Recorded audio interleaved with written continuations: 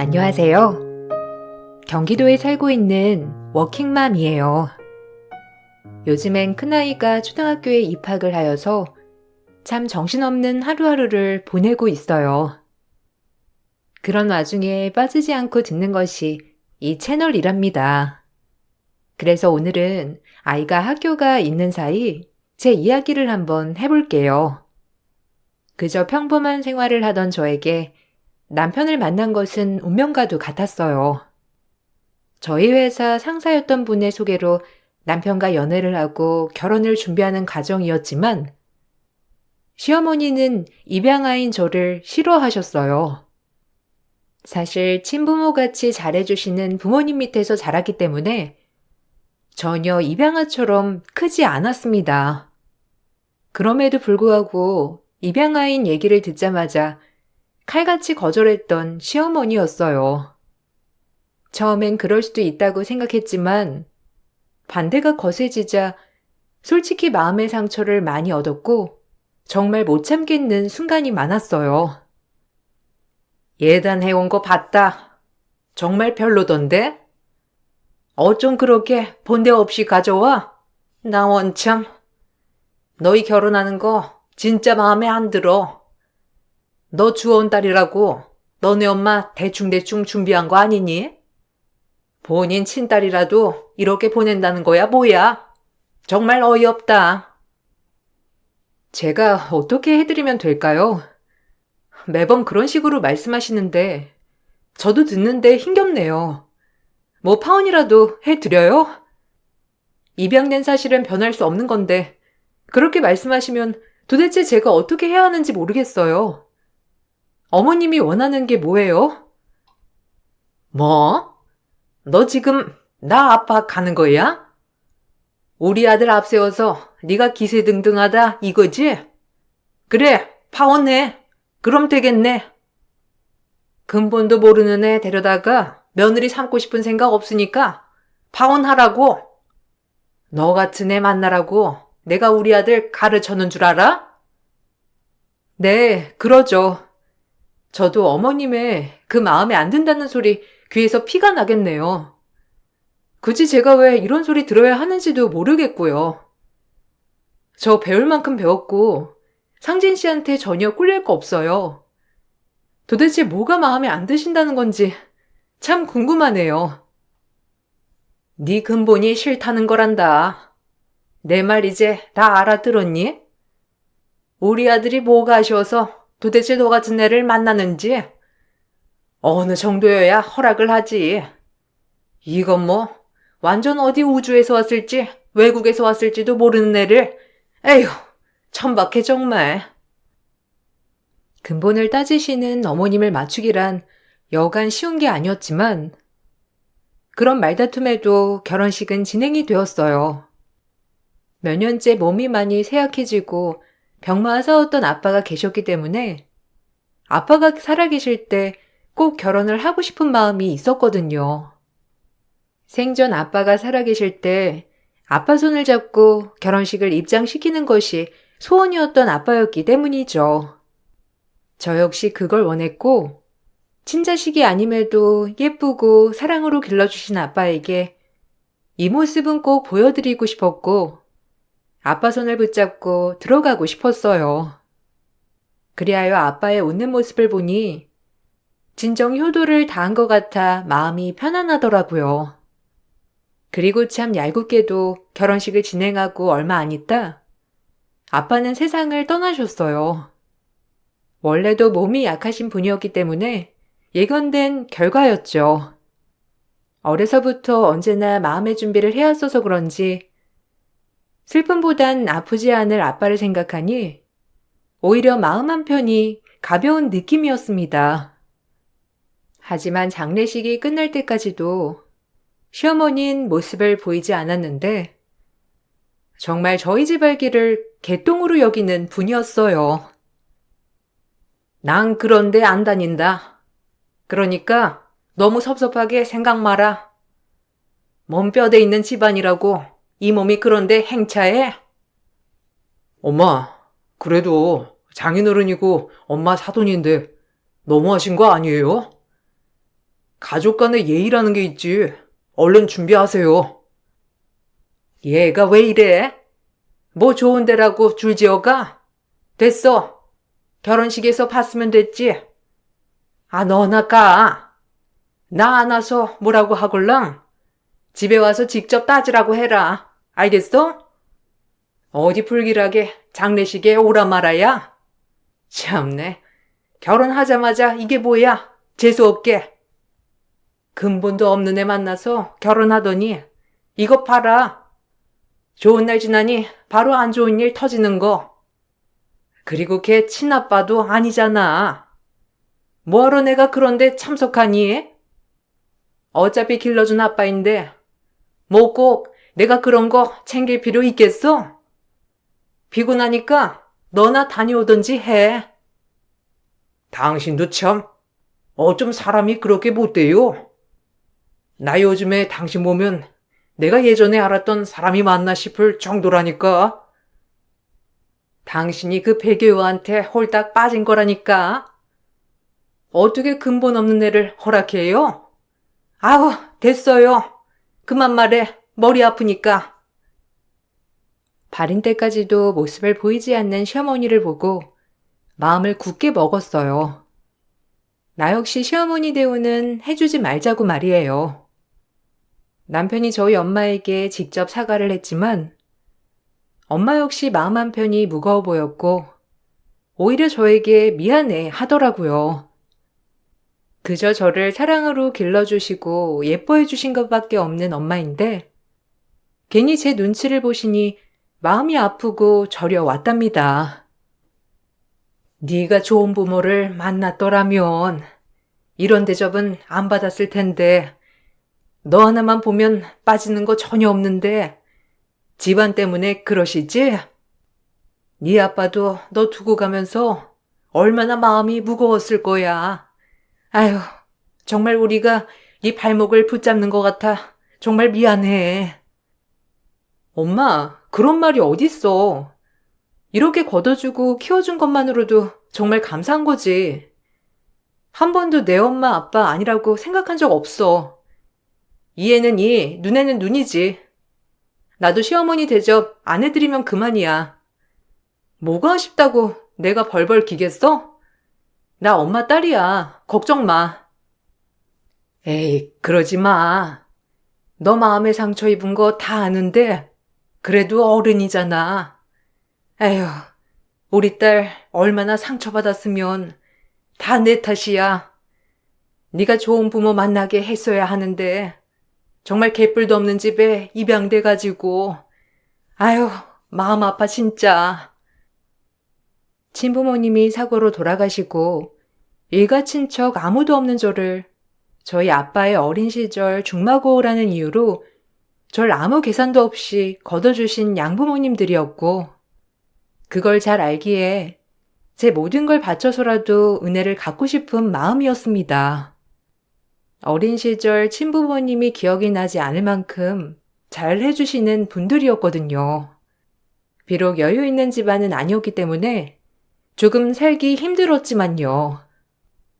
그럼에도 안 입고 안 드실지언정 제 밥 한 번 굶긴 적 없고 어려운 형편에 대학 공부까지 다 시켜주신 분들이었어요. 우리 부모님이 나 걷어주시고 키워주신 거 정말 대단하고 존경스러워. 근데 당신 어머님 나 진짜 이해 못해. 만약 내가 시어머님 대접을 안 해드려서 문제가 된다면 이혼해도 좋아. 이번 일 겪고 정말 어머님한테 학을 뗐거든. 자기가 결정해. 네 마음 이해하지. 정말 나도 너 볼 면목이 없다. 우리도 어릴 때 어렵게 살았고 힘든 시절이 많았는데 도대체 엄마가 왜 저러는지. 호랑이 그거 필 적 생각 못 하시는 것 같아. 너 상처받지 않게 한다고 장인어른이랑 약속했는데 얼마 가지 않아 못 지켰네. 남편은 그런 저에게 참으로 미안해했고 남편네도 어렸을 때 매우 어려웠다가 시기 좋게 아버님이 지금 운영하는 회사의 대표가 되면서 그 후로 경제적인 호황을 누렸다고 했어요. 그래서 그런지 남편 또한 어머님을 정말 이해하지 못했는데, 그나마 다행인 건 남편은 철저히 제 옆에서 저의 모든 얘기를 들어주고 늘 힘이 돼주는 존재였다는 거예요. 힘들면 얘기해. 부모님이야 뭐 나중에 나 혼자 보러 가면 되니까 굳이 보고 싶지 않으면 안 봐도 돼. 마음 불편하잖아. 아니야, 괜찮아. 그래도 할 도리는 해야지.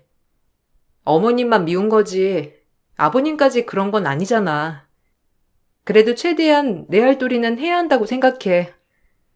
마음은 믿고 정말 보기 싫어. 그래도 어떡해. 당신을 이렇게 훌륭하게 키워주신 분이긴 하잖아. 고맙다. 내가 너한테 더 잘할게. 그리고 네가 받은 상처 같은 것도 내가 다 치유해 줄 거야. 그러니까 걱정하지 마. 가끔 시댁 모임 때문에 가게 되는 날에도 남편은 이 눈치 저 눈치 보기 바빴어요.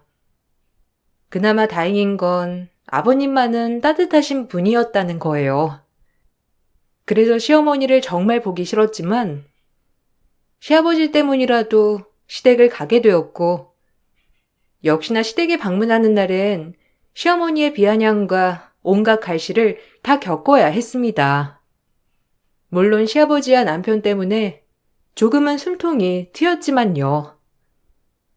장례 끝난 지가 언젠데 이제야 얼굴을 비춰? 그러니까 내가 널 욕하는 거야. 본데 없이 자라가지고 어른한테 감히. 본데 없이요? 어머님, 그럼 사돈어른이 돌아가셨는데 장례식에 코빼기도 안 비추는 어머님은 어떻고요? 저한테 왈가왈부할 건더기가 있으세요? 참, 지나가던 개가 웃겠네요. 저한테 이런 말 듣기 싫으시면 제발 본인 좀 돌아보세요. 이게 진짜 따박따박. 너 이러는 걸 니네 시아버지가 봐야 하는 건데 아주 얄밉게 나한테 감히 말대꾸를 해? 너 내가 언젠간 아주 경을 칠 거야. 눈물 콧물 쏙 빼게 할 거라고. 잘난 것 하나 없는 게 콧대만 높아가지고 나한테 대들기나 하고. 그만 좀 해요. 참나, 며느리를 아주 잡내 잡아. 아가야, 그러려니 해라. 내가 대신 사과할게. 드라마에서 보면 아들 가진 시엄마가 요새 좀 떤다고 생각해. 아유, 사람이 나이가 들면 교양이 있어야지. 어떻게든 어린애를 잡으려고만. 아유. 뭐예요? 당신 말 다 있어요?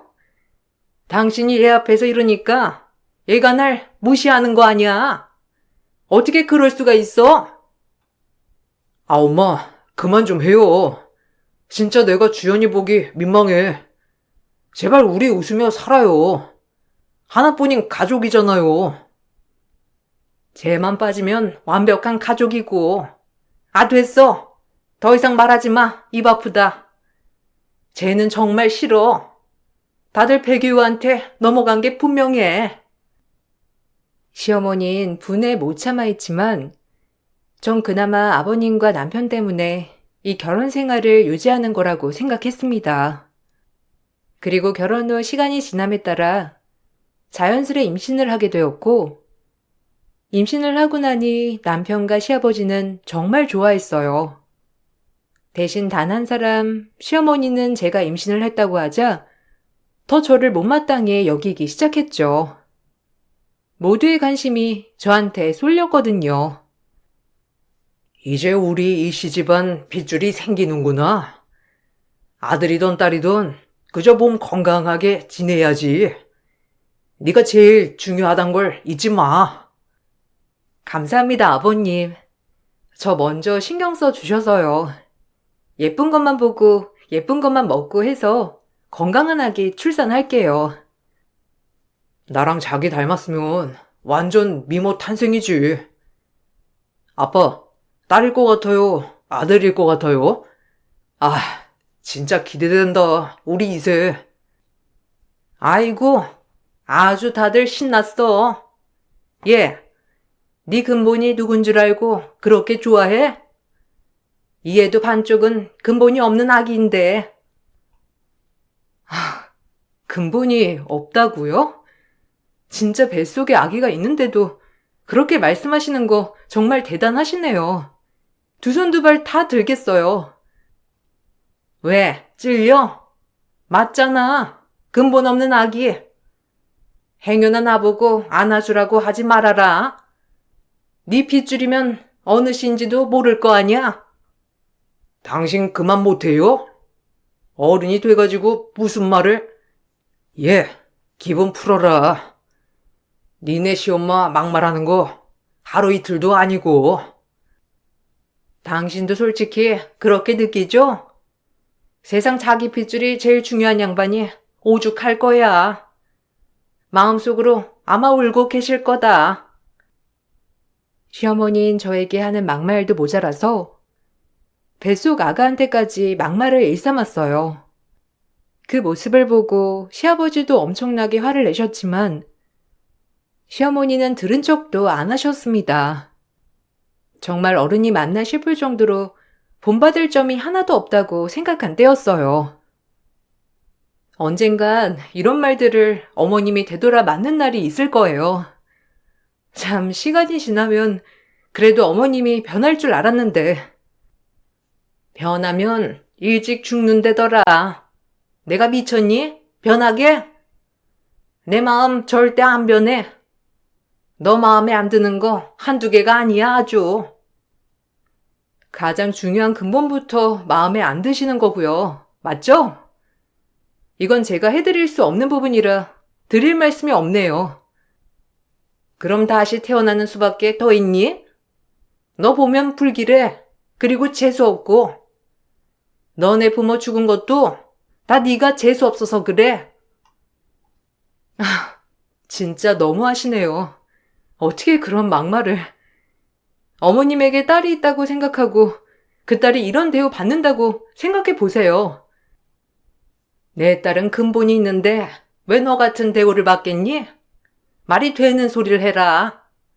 네 근본이 문제인 걸 가지고. 이제 싸우기도 입 아파서 그냥 시어머니에게 대꾸를 하지 않기로 했습니다. 그리고 제 임신 소식을 들은 친정엄마는 그저 제 걱정만을 하시며 정말 고맙다고 말씀해 주셨어요. 임신을 하니 친정엄마 생각이 왜 이렇게 나던지 참 뭉클했어요.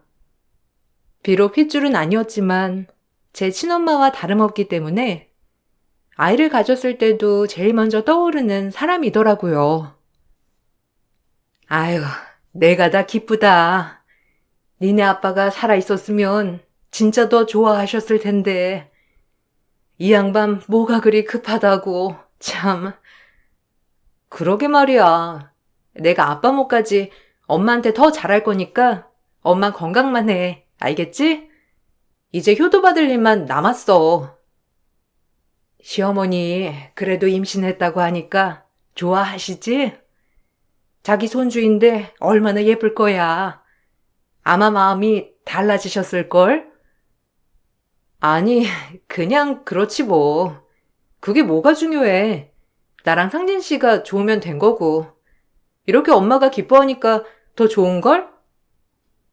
엄마가 며칠 올라가서 밥이라도 좀 해줄게. 입도 심하다며. 그래도 네가 좋아하는 거로다가 만들어서 줘야지.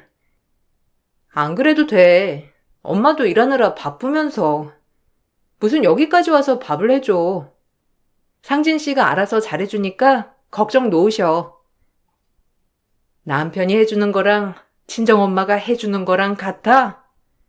엄마가 가서 네가 먹고 싶다는 걸로 즉각 해줄게. 휴가 내면 돼. 제 입덧이 걱정된 엄마는 손살같이 올라오셔서 임신 초기 때 이것저것 음식을 해주셨어요. 다른 음식은 하나도 못 먹겠는데 이상하게 엄마가 해준 음식은 참 잘 넘어가는 것이 신기하더라고요. 그리고 이 소식을 시어머니가 아시게 되었고 시어머니는 저희 집에 친정엄마가 며칠 계시다 가시는 걸 두고만 볼 사람이 아니었습니다. 역시나 저를 호출해서 득달같이 따지기 시작했어요. 임신이 벼슬이다 아주. 아니 상진이 불편하게 니네 엄마는 왜 와 있는 거야? 당장 내려가시라 그래. 어디라고 막 와? 친정엄마가 딸네 집도 못 오나요? 그리고 이런 일은 전화로 말씀하세요. 오라가라 하지 마시고. 이런 얘기 뭐가 달갑다고. 뭐? 아유 저걸 그냥. 임신만 아니면 뺨 한 대 날리는 건데. 아유 진짜. 너 내 말 무시하지 마. 당장 내려가시라 그래. 뭐 해준 거 하나도 없으면서 감히 딸네 집에 은근히 얹혀 살려고 해? 그것도 친엄마도 아니면서. 진짜 웃긴다 니네 엄마. 어머님, 다신 그런 소리 하지 말랬죠. 제 친엄마나 다름없다고요. 도대체 몇 번이나 말씀드려요. 진짜 기막히고 웃기네요. 네가 상진이랑 이혼하지 않는 이상 나한테 평생 질리도록 듣게 될 거야. 알겠니? 그러니까 왜 이런 집에 시집 와? 감히 언감생심이지. 아이 가졌다고 달라질 거라는 착각 가덜 마라. 그런 걸로 풀렸으면 애초에 날 반대하지도 않았겠지. 날이 가면 갈수록 막말이 심해지는 어머니였기 때문에 견딜 수가 없었어요. 사실 임신을 하고 나니 호르몬의 변화인지 조그만 말에도 상처를 받게 되었답니다. 평생을 멘털 하나로 버텨왔던 날들이었는데 왜 이렇게 속상하던지 시어머니만 만났다 하면 눈물바람에 아주 속이 상하는 나날이었어요. 그리고 한참 요리를 해주시고 집으로 돌아간 엄마는 며칠 저희 집에 머무르며 임신한 몸으로 대중교통을 타고 다니는 절 보더니 안쓰러워하시면서 한 가지 제안을 하더라고요. 엄마가 집에 와서 곰곰이 생각해봤는데 이거 경차이긴 한데 그래도 임신 중기까진 너 끌고 다닐 수 있지 않을까? 임신한 몸으로 대중교통 타는 거 보니까 엄마 마음이 너무 안 좋아서 그래. 작은 차지만 엄만 괜찮으니까 네가 가져가서 타. 에이, 엄마의 발이나 다름없는데 내가 어떻게 가져가. 난 괜찮아. 뭐 이리저리 쏘다닐 것도 아닌데 마음만 받을게. 마음 같아선 중형차 한 대 사주고 싶은데 그럴 능력은 안 되고 타던 거지만 휘뚜루마뚜루 그냥 타고 다녀 당분간. 한사코 거절을 했지만 친정엄마는 대중교통을 타는 저를 안쓰러워하시며 경차를 올려 보냈습니다. 그리고 한 일주일쯤 차를 끌고 다녔을까요? 역시나 이 모습을 지켜보고 시어머니는 온갖 조롱과 비판을 하며 속을 뒤집어 놓더라고요. 아니 줄 거면 세단 정도는 보내야지. 어떻게 경차를... 아휴 진짜 격 떨어진다. 있던 걸 누가 탄다고. 니네 엄마 수준하고는. 어머님 말씀 삼가세요. 저희 엄마가 제 걱정돼서 보낸 차를 가지고 왜 왈가왈부 하시나요? 어머님이 차 한 대 사주실래요? 뭐야? 내가 누구 좋으라고 차를 뽑아주니? 상진이 체면 안 서게 그딴 차 끌고 다닐 생각 마. 안 사람이 그딴 거 끌고 다닌다고 하면 상진이 주변 사람들이 뭐라고 생각하겠니? 아유 창피해서 원. 저거 내가 언젠간 없애버릴 거야. 무슨 권리로 그런 말씀을 하세요? 선 넘지 마세요. 뭐 어머님이야 원래가 선이 없으신 분이니 와닿진 않겠지만 말 조심하세요. 남편의 체면이 서지 않는다고 본인이 차를 없애겠다는 둥 막말을 하였고 전 그저 되지도 않는 소리를 또 하시나 보다라고 생각했어요. 그러던 중 아침부터 저희 집에 방문한 시어머니는 제가 자는 틈을 타 제 차를 가지고 나가버렸습니다. 그리고 임신한 날 위해 엄마가 타던 경차를 보내자 말도 없이 폐차장에 끌고 가 차를 폐차시키려고 했어요. 사모님, 여기 와서 좀 보셔야겠는데요? 물건이 하나도 안 빠져 있는데, 이거 혹시 사모님 거 아니세요? 아니, 이 사진은, 아유, 잠깐만요. 어떻게 이런 일이? 일단 폐차는 없던 걸로 할게요. 제가 좀 다시 끌고 가야겠네요. 폐차장 업체 직원이 뒷트렁크를 열자마자 시어머니는 얼굴이 하얗게 질렸고 폐차를 한 해만에 하면서 난장판이 되었어요. 그리고 차가 없어진 걸 뒤늦게 한 저는 서둘러 시댁에 방문하게 되었죠. 그리고 시댁에서 시아버님과 시어머님이 사진을 멍하니 쳐다만 보고 있었어요. 전 이게 어떻게 된 일인가 싶어 아버님에게 어찌된 영문이냐고 묻게 되었습니다. 아버님, 이게 어찌된 일이죠? 어머님도 그렇고 아버님 표정이, 아니 그건 그렇고 제 차를 왜 마음대로 끌고 가세요? 아가, 자주가 너희 어머니라고 들었는데, 혹시 어머님 좀 불러줄 수 있겠니? 꼭 물어볼 말이 있다. 일단은 불러줘. 무슨 일이신데요? 혹시 저희 엄마에게 무슨 일이라도 생겼나요? 아버님까지 갑자기 말이 없으셔서 불안해요. 아버님의 말에 엄마는 서둘러 시댁으로 방문하게 되었고 아버님은 엄마에게 가만히 쳐다만 보고 있던 사진 속의 사람과 어떻게 하는 사이냐고 물었습니다. 그리고 엄마 입에서 나온 말은 가히 놀라웠고 32년 제 인생에 가장 큰 충격이었죠. 아니, 트렁크에 보관하고 있던 사진이랑 옷가지를 어떻게 사돈댁이 가지고 계신 건지, 그거 제가 정리하려고 놔둔 건데. 중요합니다. 이 사진 속에 있는 인물들과 사부인이 어떤 연유로 알게 된 건지, 그리고 무슨 사이인지 말이에요. 주연아, 놀라지 마. 사실 그분들이 주연이 친아빠, 친엄마예요. 저희 남편과 중마고 오신 분들이었죠. 주연이가 평생을 물어보지 않아서 저 역시 보여주지 않았는데 딱히 친척도 아무것도 없던 분들이라 저희가 유품이랑 사진들을 가지고 오게 되었고요. 매번 정리하지 않고 보관만 하고 있었는데 이제는 정리해야 할 것 같아 제가 마침 차에다 준 것이랍니다. 주연아, 사진 속 그분들이 너희 친아빠, 친엄마야. 미안하다. 엄마가 네가 묻지 않아도 보여줬어야 했는데 당연히 네가 내 자식이었기 때문에 굳이 친부모에 대해 얘기하지 않았단다. 미안해. 많이 놀랐지? 진작 말을 했어야 하는데. 그럼 주연이가, 사돈, 너무 감사합니다. 지금 제가 운영하고 있는 이 회사가 주연이네 아버지 회사예요. 그때 당시 저와 같이 설립하고 열심히 성장시켰는데 사고로 그만. 여식이 있다고 들어서 한참을 찾았는데 소식을 알 길이 없었죠. 근데 그 주연이가 한 사장 딸이었다니, 어떻게 이런 운명이. 너희 아버지가 이렇게 맺어줬나 보다.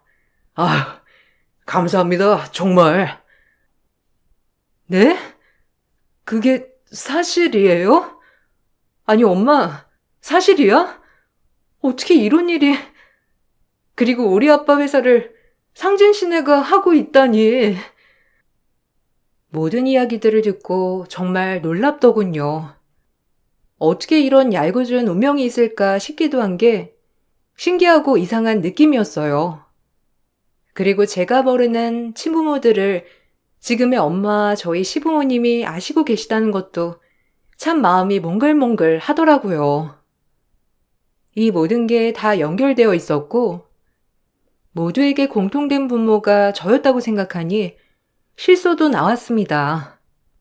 그리고 친부모님에 대해 많은 생각을 하게 되었어요. 처음으로 어떤 분들일까, 얼마나 좋은 분들이면 이렇게 입을 모아 하나같이 말을 할까 싶었죠. 네가 누구의 딸이든 정말 상관없었지만 한 사장의 딸인 거란 지금 고맙고 미안하단 말밖에 할 말이 없구나. 그리고 이 회사에 한 사장 지분도 아직 남아있어. 이 지분은 네 것이 되겠어. 우리 며느리가 한 사장의 친딸이었다니. 한 사장 정말 대단한 사람이었어. 늘 어려운 사람들을 도우면서 본인이 손해보더라도 항상 남을 먼저 생각하는 사람이었지. 일은 또 얼마나 잘했는데. 오죽하면 나랑 네 시어머니가 가장 좋아했던 부부이기도 했단다. 그런데 그 딸이 내 며느리라니. 정말 자랑스럽고 뿌듯하구나. 역시 한 사장 핏줄이라 그런지 정말 올바르게 잘 자라줬어. 사부인한테도 감사한 말씀 전해드려요. 아니에요. 주연이가 잘 커준걸요. 없이 살아서 항상 미안했는데 얼마나 씩씩하고 밝게 자라줬는데요. 친부모님이랑 성품이며 인품까지 똑같이 자란 주연이를 보면서 놀랄 때가 한두 번이 아니었거든요. 이래서 시도둑질은 못하나 봐요. 정말 마음이 이상하네요. 제가 엄마한테 제 친부모님에 대해서 묻지 않은 건 혹시라도 제 친부모님들이 어떤 분일까 하는 마음보다 실망스러운 분들이면 어쩌지라는 마음 때문에 모르는 게 낫겠다 싶어 한 번도 묻지 않았는데 어떻게 그분들이 제 친부모님일까요? 지금에야 너무 죄송하네요. 애써 부정해온 분들인데 이렇게 훌륭한 분들이었다니. 미안해. 네가 물어보지 않아도 진작 말을 했어야 했어. 엄마는 정말 네가 우리를 친부모라고 생각하길 바랬거든. 아니야. 난 정말 그 누구보다 친자식처럼 자랐잖아. 돌아가신 아빠도 그리고 엄마도 단 한 번도 날 사랑하지 않는다고 생각한 적이 없었거든. 덕분에 이렇게까지 클 수 있었고 내가 더 미안해 엄마. 이런 감정 느끼게 해서. 그리고 너무 고마워. 눈물이 나왔어요. 첫 번째론 저희 친부모님들한테 너무 죄송해서였고, 그리고 혹시나 내 핏줄에 나도 모르게 늘 의구심을 품고 있었는데, 이렇게 좋은 분들인 걸 알아서 안도감에 눈물이었죠. 이 모든 과정을 살펴본 시어머님은 망연자실하는 얼굴이었어요. 정확히 말하면 머리에 단단한 물체를 맞은 것처럼 입을 다물지 못하셨고, 저를 보고 미안하다는 눈빛을 계속 보내며 우물쭈물 하더라고요. 어떻게 한 사장님이 너희 친아빠일 수가. 정말 미안하다. 그런 줄도 모르고. 내가 한 사장님한테 죄송해서 어떡해.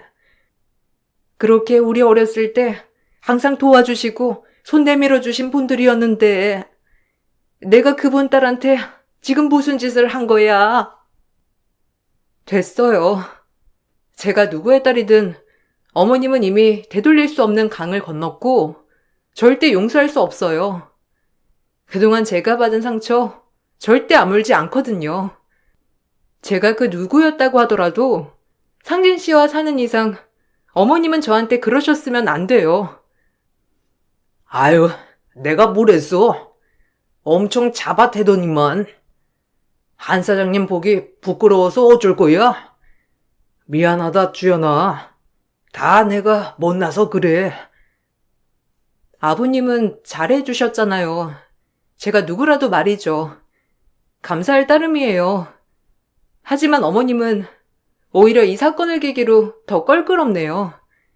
갑자기 태도가 변한 것도 그렇고 본인도 그렇게 도움받고 살았으면서 어려운 사람을 보고 조롱만 하다니. 미안하다. 정말 몰랐어. 한 사장님 딸인 걸 알았다면 절대 안 그랬을 거야. 아니, 무슨 말을 해도 변명으로 들리겠지. 당신 때문에 나까지 주연이한테 큰 죄를 진 것 같아. 아휴, 이를 어쩌면 좋아. 주연아, 내가 대신 사과하마. 정말 미안하다. 아니에요. 아버님은 정말 제 은인이나 다름없으세요. 이 집에서 아버님과 이 아니었으면 제가 버틸 수가 없었으니까요. 아무리 미안하다고 하는 시어머니지만 용서가 되지 않았어요. 그리고 전 1년의 모든 사건들을 알게 되고 아빠의 회사 지분을 확보할 수 있었습니다. 아버님은 언젠가 딸을 찾으면 꼭 남겨주겠다고 본인이 관리하던 지분이었어요. 아버님 또한 정말 좋으신 분이었죠. 일가 친척 아무도 없는 부모님들이었기 때문에 저를 찾기란 하늘의 별 따기였지만 그 재산을 가로채지 않고 항상 저를 찾으려 노력했다는 모습이 저를 감동시키기에 충분했어요. 어머님이 용서되지 않았지만 그래도 아버님을 보고 어머님과 마주하는 날들이었습니다. 시어머니는 확실히 그때와 지금 천지 차이로 달라졌어요. 우리 며느리가 좋아하는 간장게장 담갔는데 좀 먹어볼래? 네가 좋아한다고 해서 일부러 한 거거든. 먹어보렴. 됐어요. 사 먹으면 되죠. 이런 거 고생스럽게 하지 마세요. 이런 거 하나로 마음 풀릴 것도 아니고 아버님이 저한테 잘해주시고 그동안 대해주신 거에 감사해서 어머님과 마주하는 거예요. 어머님 이런 모습 어울리지 않으니까 그만하세요. 좀 무섭네요. 미안하다. 평생 널 보며 용서를 빌게. 그래야 내가 한 사장님 볼 낯이 있으니까. 네가 받아주지 않아도 노력할 거야. 그 일이 있고 그래도 저에게 엄마는 변함없기 때문에 친정엄마와는 변함없이 모녀 사이로 잘 지내고 있어요. 다만 시어머니와 사이가 조금 껄끄럽긴 한데 저만 보면 벌벌 대십니다. 그동안 저를 괴롭히고 막말한 것이 죄책감으로 밀려왔는지 늘 볼 때마다 안절부절 못하세요. 참 어른이 저렇게 대하면 저 역시 못 이기는 척 받아줘야만 하는데 왜 저희 아빠 장례식에 오지 않은 것부터 늘 근본 타령하는 시어머니가 떠오르는 걸까요? 아버님과 남편으로 인해 억지로 시어머니와 맞이하고 살고 있지만 언젠가 제 마음이 우러나는 날 용서가 되겠죠. 그 일이 있고 나서 벌써 아이들을 낳고 남편과 살고 있어요. 아이들도 제가 시어머니를 대하는 게 대면대면 하다 보니 아이들조차도 할머니에게 잘 가지 않으려고 합니다. 할머니랑 있으면 어색해. 그냥 할아버지한테 갈래. 난 외할머니가 제일 좋단 말이야. 외할미 집은 언제 가? 아이고, 우리 손녀, 할머니랑 있기 싫구나. 외할머니 보고 싶니? 그래도 할머니는 우리 손녀 오기만을 기다렸는데. 아, 엄마, 애가 낯을 아직도 가려서 그래요. 그냥 그러려니 하세요. 뭐 애들 엄마 따라 애들도 가는 거죠, 뭐. 내가 입이 10개라도 할 말이 있니? 그저 주연이가 마음 열어줄 때만을 기다려야지. 지난 날을 정말 돌리고 싶어. 그렇게 끔찍이 아끼는 아들의 자식들임에도 불구하고 시어머니는 가족 모임이면 언제나 겉돌고 어쩔 줄 몰라 하세요. 제가 그동안 당한 거에 대해 복수를 하지 않더라도 시어머니는 자체적으로 늘 벌을 받고 계신 셈이죠. 이 글을 쓰면서 사실 사람 앞일 모르는 건데 혹시라도 후회하는 삶을 살지 말자라고 떠오르네요. 저 역시 그동안 시어머니에게 당한 게 많지만 나중에 시어머니가 돌아가신다면 조금 후회할 수도 있겠죠. 사람이 행복할 날이 얼마나 있다고 이렇게 가족끼리 얼굴 붉히고 지내야만 하는 건지 조금은 깨닫게 되는 하루입니다. 이 글을 쓰는 계기로 모든 게 용서되지 않지만 시어머니에게 저도 조금 마음을 열어봐야겠다고 생각했어요. 여러분들, 두서없는 글이지만 경청해 주셔서 감사드리고 저희 아이가 학교에서 돌아올 시간이 되어 서둘러 이만 글을 마치겠습니다.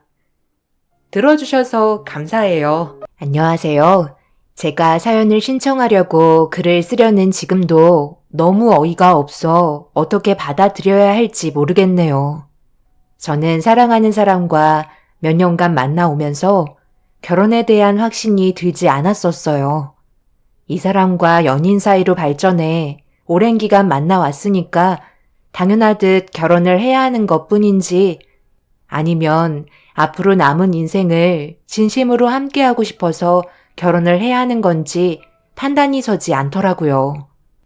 분명 사람은 좋아 보이고 사랑했기 때문에 자연스럽게 결혼 얘기가 나온 건데 약간 의무적인 느낌이 들었습니다.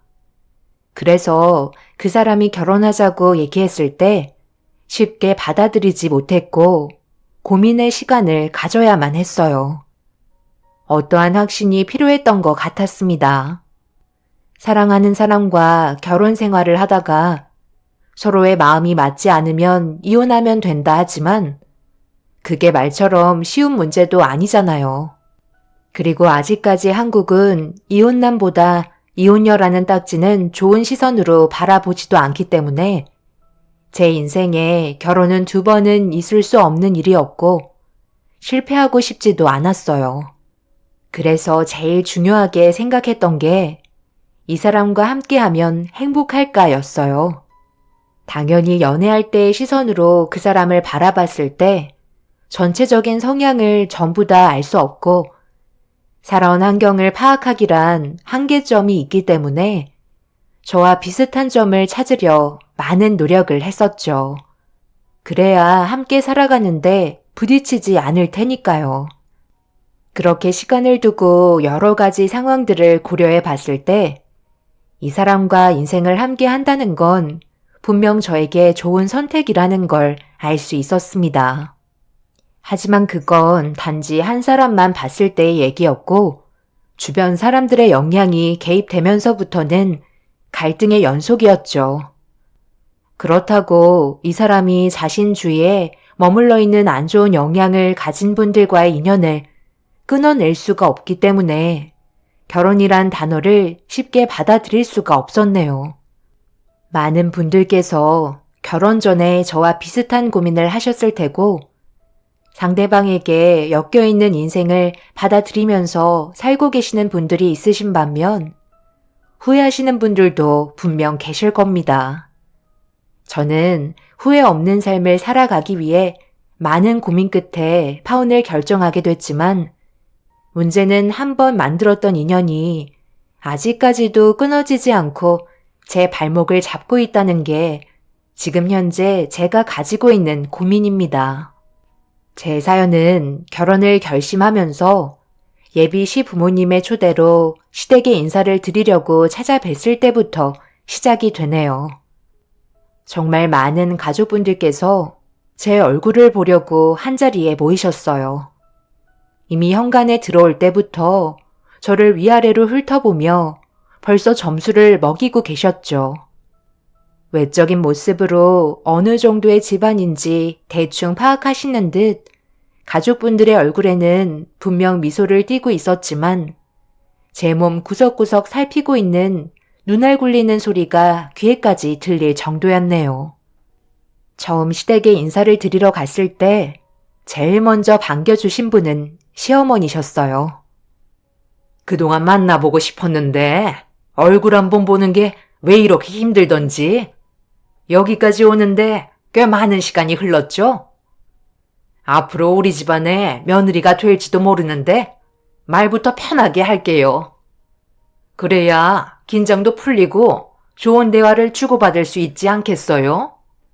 대충 얘기 들었겠지만 우리 집안이 평범한 집안은 아니라서 아마 결혼 얘기가 나왔을 때 고민이 많았을지도 모르겠네. 내가 그동안 살면서 제일 자랑거리가 우리 아들들밖에 없거든.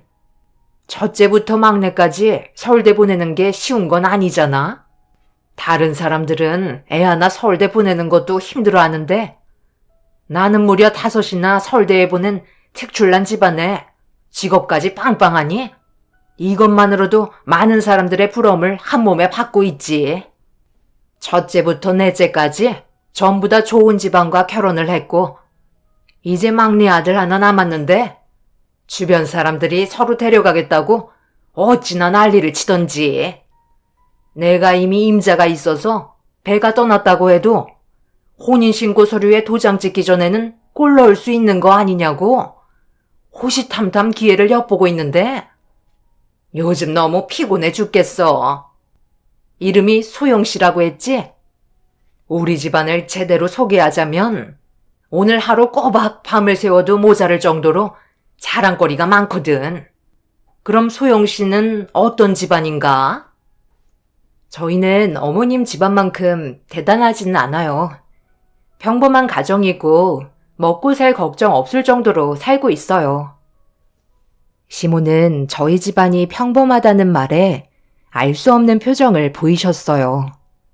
저는 대학도 그 사람처럼 좋은 대학을 나온 것도 아니고 치과 의사인 그 사람과는 다르게 저는 일반 직장인이었어요. 저 같은 경우 부모님께서 어렸을 적부터 학업에 대한 스트레스를 주시기보단 제가 좋아하는 일을 할 수 있게 지원해 주셨죠. 그래서 학창 시절 때 하고 싶었던 것들은 원 없이 해왔던 것 같아요. 하지만 그 사람은 부모님과 위의 형들의 지시대로 움직이며 서울대를 목적으로 살아왔었기 때문에 저와는 다른 인생길을 살아왔었죠. 그래서 제 삶을 부러워하기는 했지만 그렇다고 제가 자랑할 만한 건 없었던 것 같아 평범한 집안이라고 소개했었는데 그 말을 좋게 받아들여주지는 않으셨어요. 5 아들 전부 사자 직업이라 그런지 제 위로 먼저 시집온 형님들 또한 집안 자체가 다들 좋았습니다. 그래서 저를 바라보는 시선이 좋게 느껴지지는 않았고 제일 연배가 있는 것 같은 첫째 형님이 저를 바라보면서 한마디 하셨네요. 뭐 하나 내세울 것 없는 직업을 가지고 있는 집안이 막내 도련님과 결혼을 하겠다고 인사드리러 온 용기는 인정하겠지만 딱 거기까지인 것 같네요. 어머님, 기억하시죠? 저 이 사람이랑 결혼할 때 어땠어요?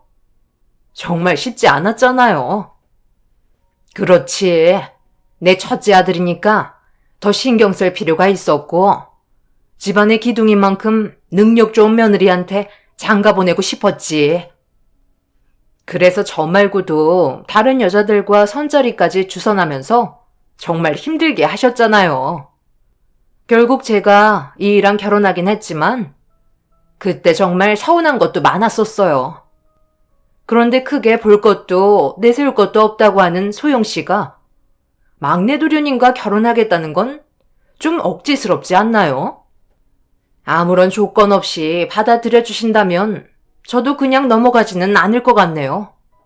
동서들도 저와 같은 생각을 가지고 있을걸요? 솔직히 어머님이 원하시는 조건 맞춰서 결혼까지 성사시키는 게 쉬운 건 아니었잖아요. 저는 오로지 이 사람 하나 보고 결혼했었다고요. 소영씨, 너무 기분 나빠하지 마세요. 저희도 쉽게 결혼한 건 아니라서 이 집안에 들어오려면 그에 대한 대가를 어느 정도 치러야 부당하다고 생각되지 않아서요. 처음 시댁에 인사를 드리러 간 날부터 무거운 대화들이 이어졌고 형님들의 반발이 심했었어요. 첫째 아주버님은 판사였고 둘째는 검사에 셋째 의사, 넷째는 대형 로펌 변호사였죠. 그리고 시댁 집안의 막내인 그 사람은 치과 의사이니 시모가 바라보는 눈높이는 제가 생각하고 있는 기준과는 전혀 다르다는 걸 알 수 있었어요. 시모는 형님들의 눈치를 살피면서 그 사람과 저를 번갈아 가며 쳐다보고 있었습니다. 모두가 함께 모인 자리인 만큼 서로 조심해야 되는 상황에서 말을 쉽게 꺼내지 못한 제가 어색한 미소를 보이며 분위기를 적응하지 못하고 있었는데 그 사람이 나서서 제 편이 되어 주었네요. 바쁘신데도 시간 내주신 건 정말 감사한데요. 큰형수님은 어떻게 초면부터 그런 말을 이 사람 앞에서 아무렇지도 않게 할 수가 있는 거예요? 결혼 허락받으러 오자고 한 것도 저고, 이 사람을 선택한 것도 저인데 왜 이런 말을 들어야 하는지 모르겠네요. 막말로 형들은 가만히 있었는데 형수님들이 저희 형들 직업 때문에 결혼하겠다고 발버둥 친 거잖아요. 도련님, 지금 말이 너무 심하신 거 아니에요? 어른들 앞에서 못하시는 말이 없어요. 저희가 고생한 만큼 똑같이 되돌려 받아야 한다고 생각해서 얘기해드리는 것 뿐이에요. 그렇게 하지 않으면 너무 부당한 거 아닌가요? 노력을 보인 저희와 달리 소영 씨는 노력도 하지 않고 도련님이랑 결혼한다면 당연히 불만들이 쏟아져 나오지 않겠어요? 어머님, 제 말이 틀렸나요? 형님들의 불만은 점점 쏟아져 나왔고 저는 그 모습을 보면서 아무래도 결혼 생활은 힘들 것 같다는 생각이 머릿속에 가득 차 버렸어요. 이런 식의 전개는 상상조차 하지 못한 상태라 점점 험악해지는 분위기에 숨을 쉬기가 힘들 정도였네요. 시부는 손님 있는 자리에서 뭐 하는 짓이냐고 언성을 높이시자 그제서야 흥분이 어느 정도 가라앉았고 형님들은 저를 못마땅하게 바라보시더니 자리에서 먼저 일어나 방으로 들어가 버렸네요. 시부는 저한테 미안하다며 대신 사과를 하셨어요. 제 옆자리를 지켜준 그 사람은 괜히 인사드리러 왔다고 한숨을 내쉬면서 이게 전부 다 시모 때문이라는 말을 꺼내기 시작했어요. 엄마가 저희들 키우시느라 그동안 고생 많이 하신 건 알겠는데요. 그때 너무 심하게 하셔서 지금 저한테까지 안 좋은 영향을 끼치는 거잖아요. 이 사람이 지금 이런 광경을 전부 다 보게 됐는데 우리 집안의 며느리로 들어오고 싶어 하겠어요? 나는 당연한 대가를 받은 거라고 생각하는데 그게 뭐 잘못됐다는 거니? 고생해서 키운 자랑스러운 내 아들들이 서울대 나와서 좋은 직업 가졌는데 며느리는 그 명예를 아무런 노력 없이 얻게 되는 거잖아. 자기 남편이 판사고 검사고 의사의 변호사라며 떠들어 다니면서 자랑할 거잖아. 정작 노력한 건 엄마인데 내 아들들을 아무런 수고 없이 데려간다는 게 말이 된다고 생각하는 거니? 내가 그동안 뒤에서 꾸준하게 채찍질하고 노력하지 않았다면 네가 지금 이 자리에 왔을 것 같아? 그래서 엄마는 지금 이 사람이 마음에 들지 않는다는 말인가요? 제가 전날에 분명 부탁드렸을 텐데요. 저는 이 사람 아니면 결혼하지 않을 거고 제가 가지고 있는 모든 걸 전부 다 포기하겠다고요. 막내 아들 결혼하는 것까지 엄마가 원하신 대로 움직이려 하지 않으셨으면 좋겠어요. 만약 그렇게 하신다면 저는 더 이상 엄마 아들이 되지 않을 겁니다.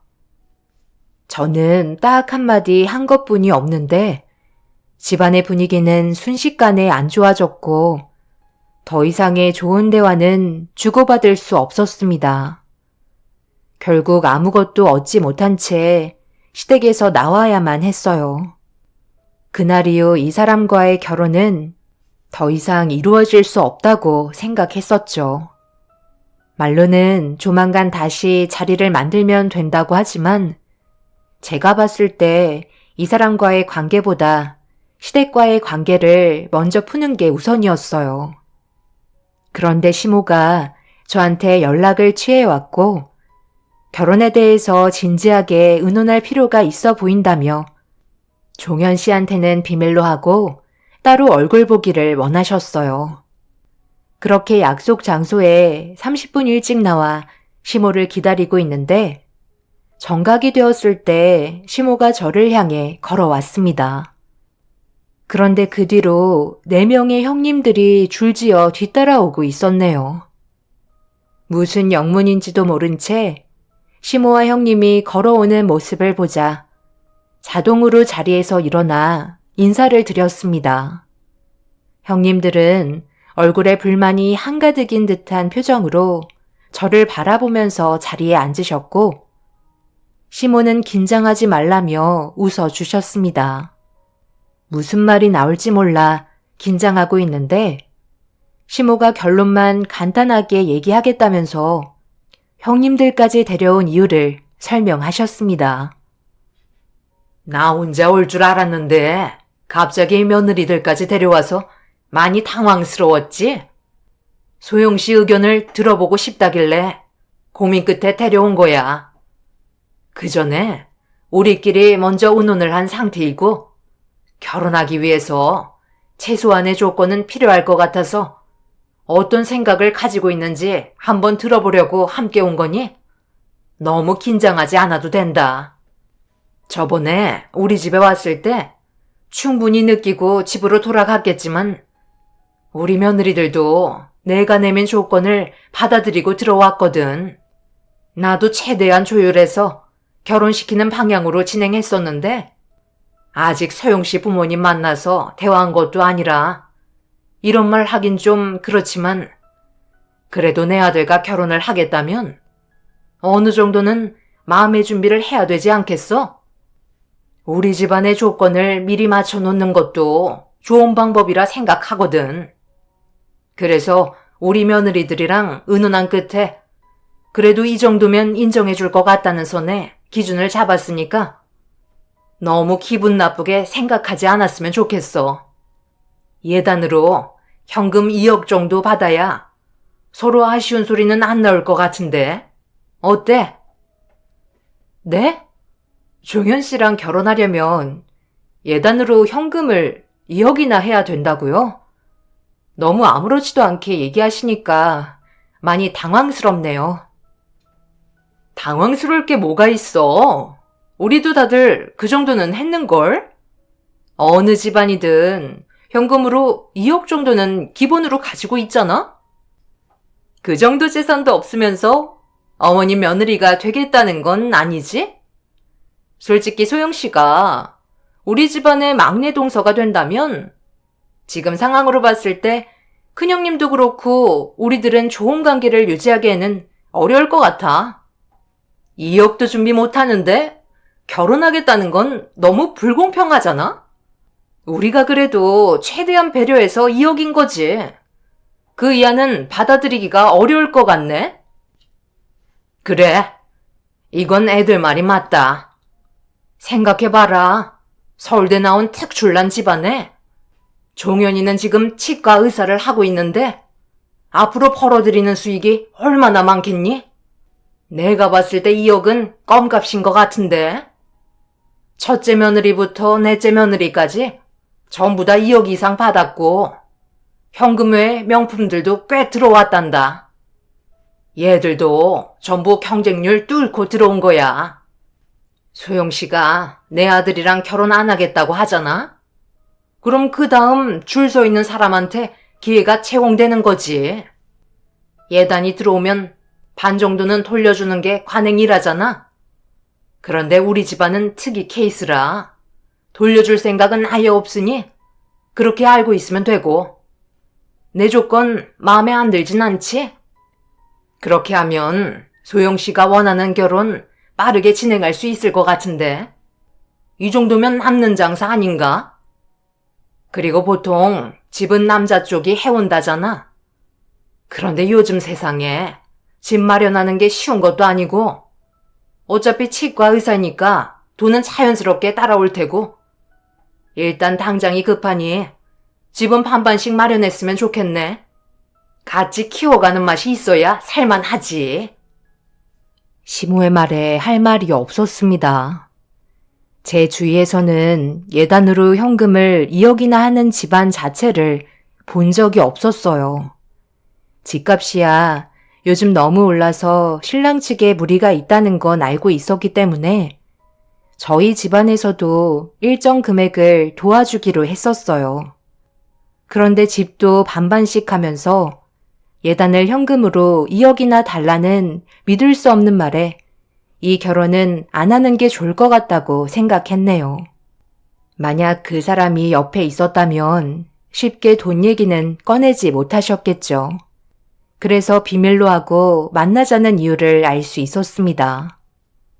시모도 욕심이 상당했지만 형님들 또한 시댁에 했던 만큼 저도 똑같이 해야 된다고 생각해 뒤에서 들볶은 것 같아 보였어요. 제가 알기론 남자 측에서 만약 집을 해온다면 그 집이 예를 들어 3억일 때 집값의 10%를 예단으로 준비하면 된다고 알고 있었는데 2억은 터무니없이 큰 금액이었죠. 시모는 아무 말 하지 않고 가만히 있는 모습을 보곤 표정을 살피시더니 아무래도 무리가 있을 것 같다고 판단하셨는지 결혼에 대해 다시 생각해보는 게 어떻겠냐고 물어보셨습니다. 어머님께서 지금 생각하고 계신 그대로세요. 저는 이렇게 결혼하는 건 아니라고 생각해요. 자식들이 잘 되길 바라시는 마음에 결혼시키는 것도 아니고 이건 뭐 종현 씨를 두고 장사하시는 건데 제가 거기에 말려 들어갈 필요는 없다고 생각합니다. 이 결혼 그냥 안 하려고요. 종현 씨한테는 잘 설명드릴 테니 너무 걱정하지 마세요. 어차피 처음 인사드리러 갔을 때부터 어머님 며느리가 되고 싶은 마음은 싹 사라졌었거든요. 종현 씨 하나만 바라보고 살기에는 주변 분들이 너무 힘들게 할 것 같네요. 생각 잘했어요. 어차피 뭣도 없는 집안에서 2억을 준비한다는 게 억지스러웠겠지. 우리가 2번 다시 얼굴 볼 일은 없었으면 좋겠어요.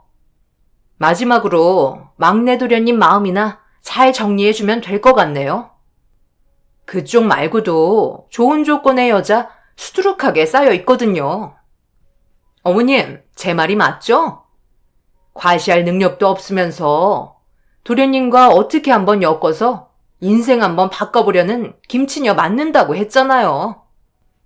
그럼 저희는 볼 일은 끝난 것 같으니까 그만 자리에서 일어날까요?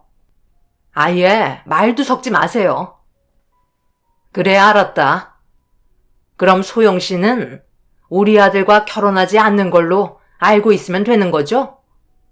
할 말 없는 것 같으니까 먼저 일어날 테니 주문한 음료 계산은 마저 하고 나와요.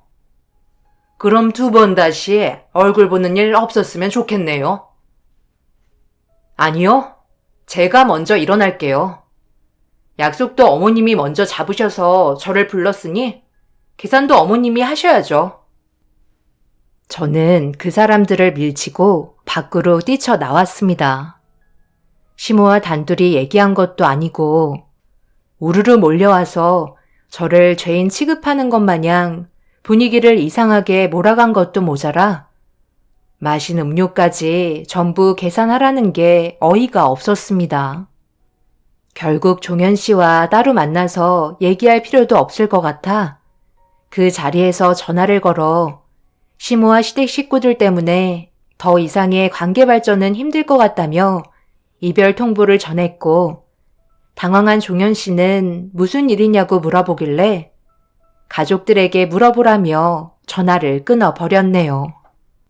그리고 그날 이후 저희 집까지 찾아온 그 사람이 저를 늦은 시간까지 기다리길래 카페에서 있었던 일에 대해 전부 다 설명했어요. 듣고 있던 이 사람도 많이 당황하고 놀랐는지 시모의 행동에 대해 입을 다물지 못했습니다.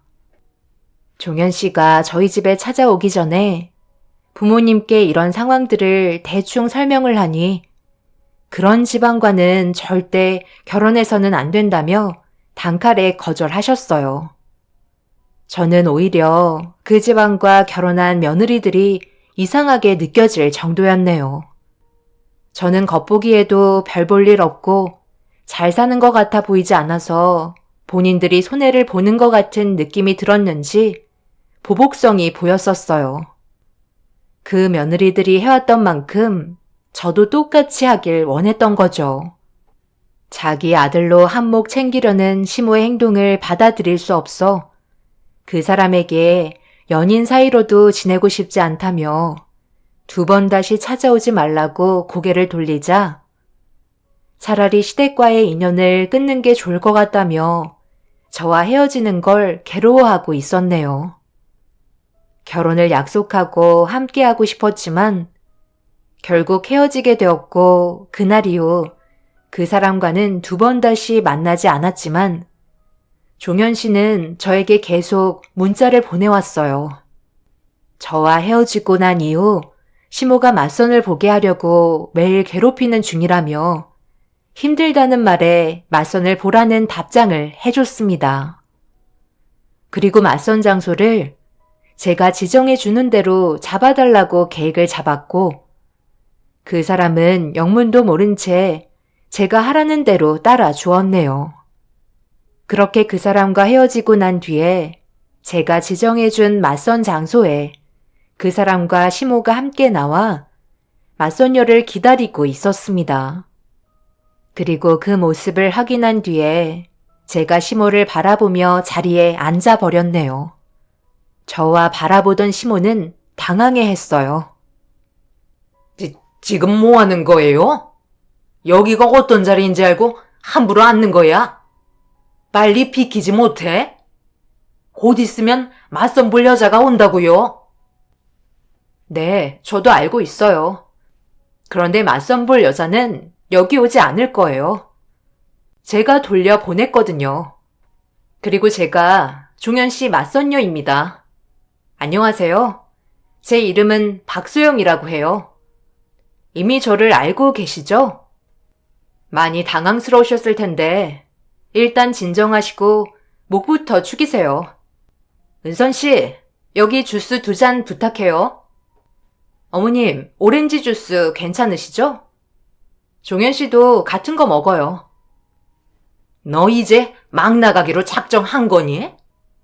분명 그때 말하지 않았어? 우리는 그날 더 이상 엮일 필요가 없는 관계가 됐다고. 네, 알고 있어요. 그거 아세요? 어머님이랑 며느님들께서 저에겐 제대로 말할 기회도 안 주시고 지금까지 겉모습만 보며 혼자 판단하신 거? 저를 아예 무시하고 계셨잖아요. 능력이 좋다고 해서 그걸 꼭 과시해야만 되는 건 아니라고 보는데요. 제 말이 틀렸나요?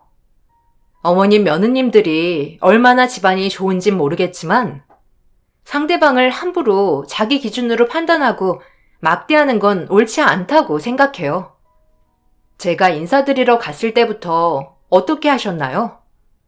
먹고 살 만한 정도 된다고 하니까 애초부터 더 이상 물어보려 하지도 않으셨잖아요. 그래서 저도 더는 아무 말도 하지 않았던 거예요. 그런데 시간이 지날수록 저에 대해 더 안 좋게 보시고 말도 안 되는 조건을 내거셨죠. 그리고 어머님 아드님들이 전부 다 서울대 나온 거랑 제가 결혼하는 게 무슨 연관이 있는 거죠?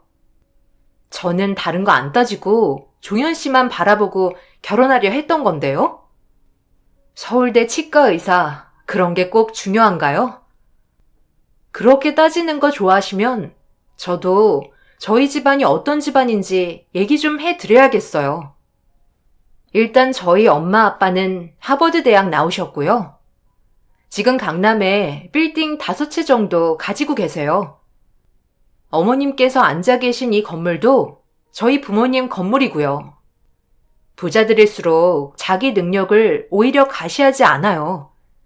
오히려 가지고 있는 것들을 내세우지 않고 소박하게 지내며 살고 있죠.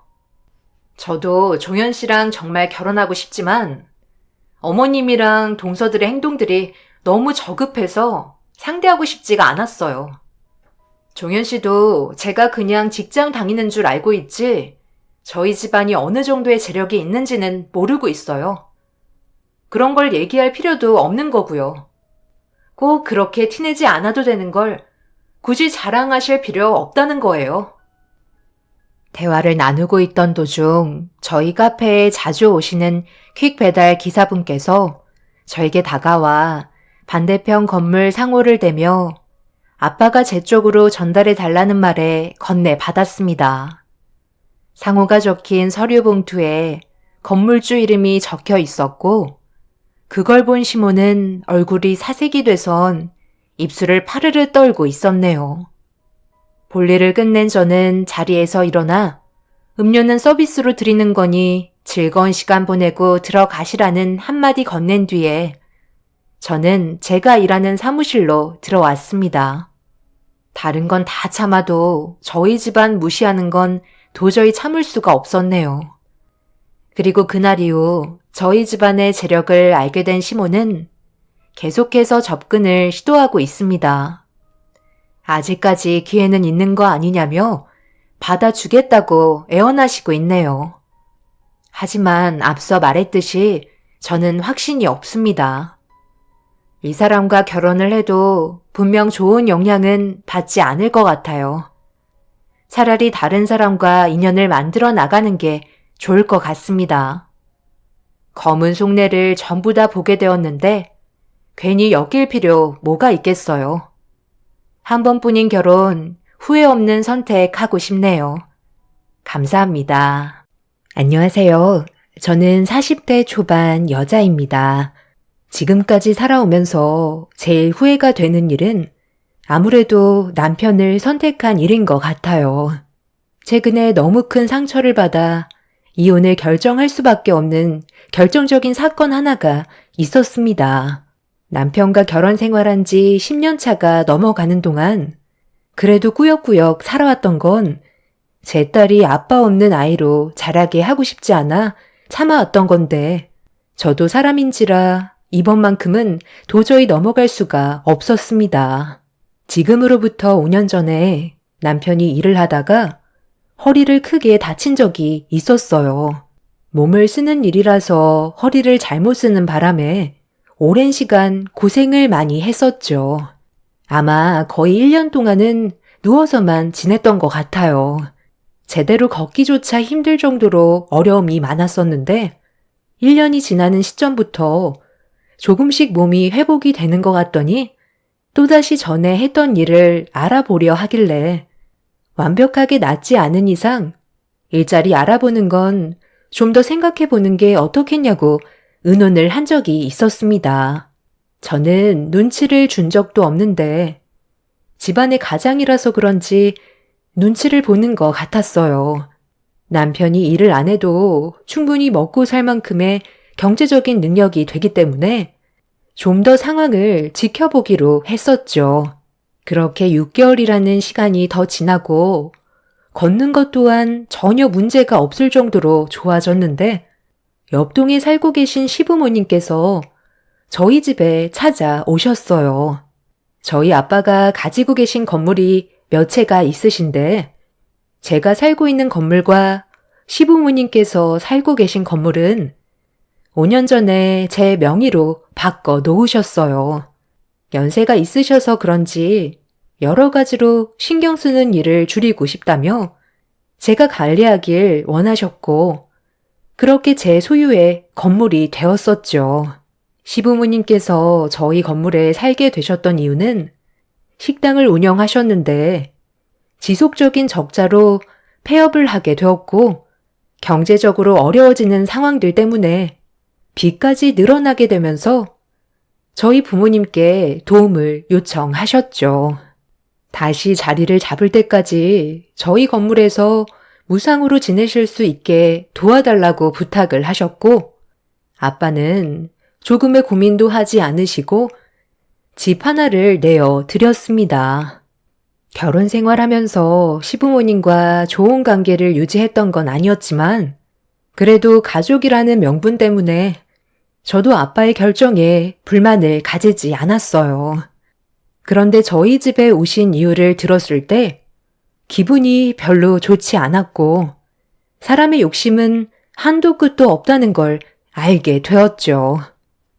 우리 아들이 요즘 일자리를 알아보고 있다며?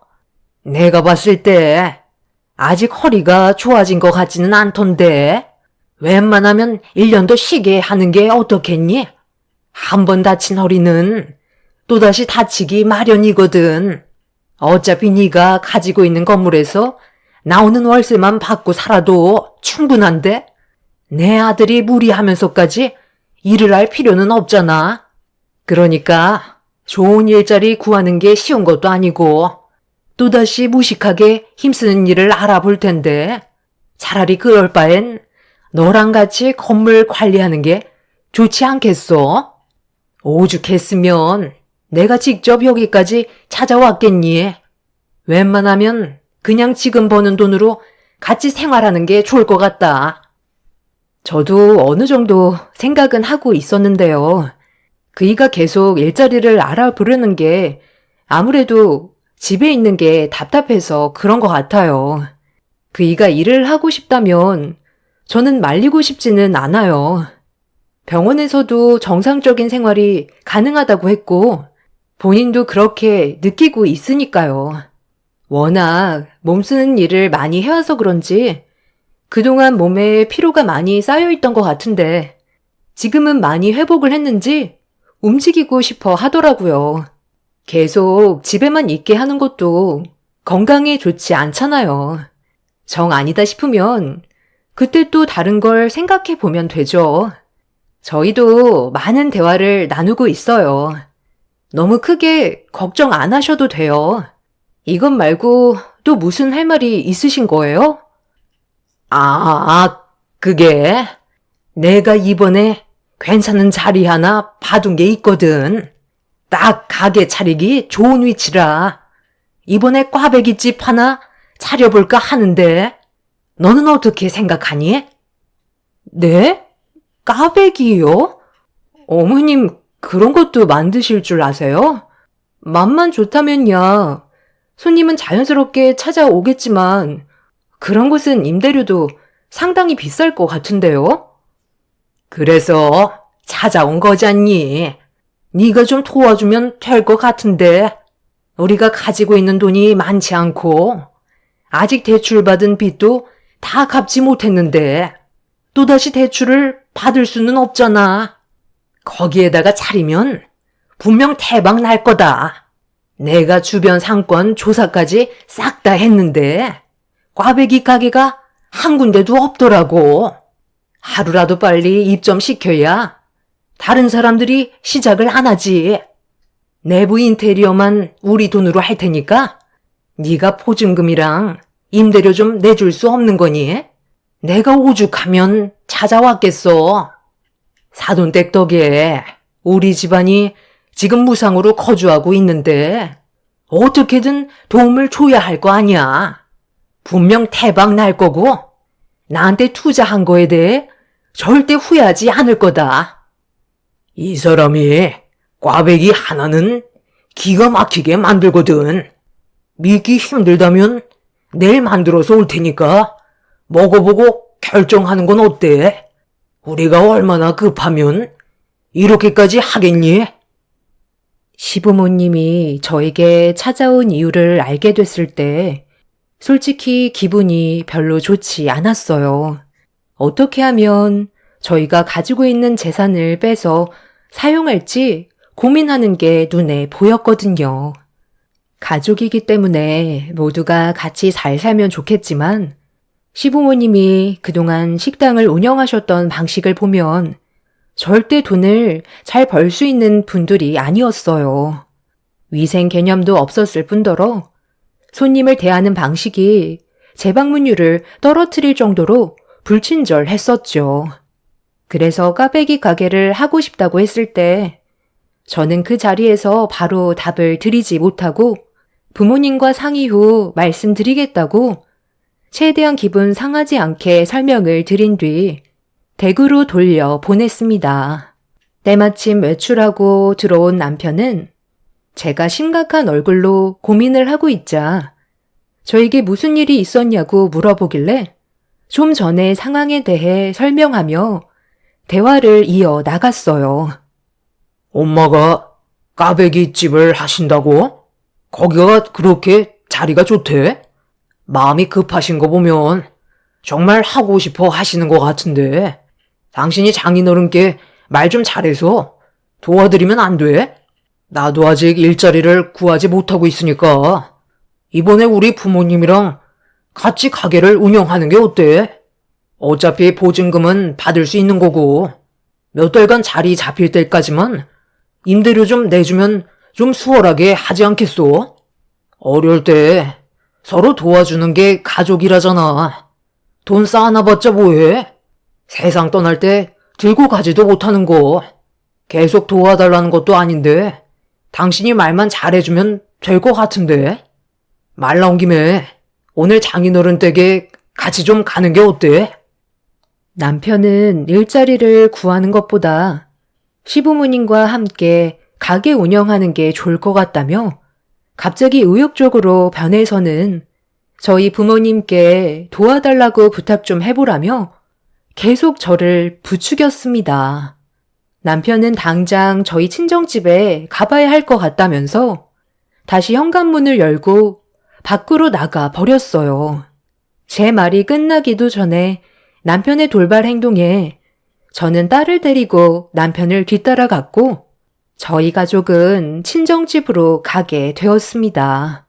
가는 동안 제가 좀 더 대화를 하고 결정하는 게 좋지 않겠냐고 했지만 남편은 최대한 서둘러야 한다며 걸음을 재촉했어요. 그렇게 10분 정도 걸어서 부모님 집에 도착을 했고 남편은 현관문을 열고 들어가자마자 앞뒤 다 자르고 다짜고짜 시부모님 가게 차리는데 돈이 좀 필요하다면서 도움을 요청했어요. 워낙 정신없이 집 밖으로 나가다 보니 부모님께 연락드리는 걸 깜빡해서 남편을 보자마자 당황스러워 하셨죠. 부모님께선 침착하게 남편을 거실로 데리고 와서 다시 대화를 시작하셨고 저는 어떤 일이 있었는지 전부 다 설명을 드리게 되었습니다. 그러니까 사돈께서 까베기 장사를 하고 싶다는 건데 돈이 모자란다는 거잖아. 그래서 우리한테 도와달라고 하는 거고 한두 푼이 아니라서 당장 답을 줄 수가 없을 것 같은데 여기저기 나가는 돈이 많다 보니까 여유 자금이 많은 게 아니거든. 일단 생각할 시간 좀 줄 수 있겠나? 김서방 자네도 일자리를 구하지 못해서 많이 힘든 건 아는데 가게 차리는 게 쉬운 일은 아니잖나. 전에 하던 식당도 잘 안 돼서 결국 폐업을 했기 때문에 좀 더 신중하게 결정하는 게 좋을 것 같네만. 네, 당연히 신중하게 결정은 하셔야죠. 하지만 저희 부모님이 살아오신 세월을 봤을 때 단 한 번도 인생을 대충 살아가신 적은 없으세요. 장사라는 게 최선을 다해도 결과가 좋지 않아서 어쩔 수 없이 폐업을 하긴 했지만 제가 봤을 때 이번에 결정하신 사업은 정말 좋은 기회인 것 같아요. 그래서 부탁 좀 드리려고 찾아왔습니다. 바로 답을 주시는 게 힘드시겠지만 최대한 긍정적으로 봐주셨으면 좋겠어요. 저도 직접 가게 운영을 도와드릴 생각이거든요. 자네가 무슨 말을 하는지는 충분히 알고는 있는데 그래도 저번처럼 좋은 결과가 오지 못할 수도 있으니까 우리도 신중하게 결정해서 다시 답을 해주는 게 맞지 않겠나? 네, 그렇게 하세요. 너무 부담 갖지 마시고요. 이 사람도 허리가 괜찮아져서 일자리를 구하던 도중에 나온 말들이라 더 의욕이 생긴 것 같아요. 부모님께서는 예상했던 대로 당황스러워 하셨어요.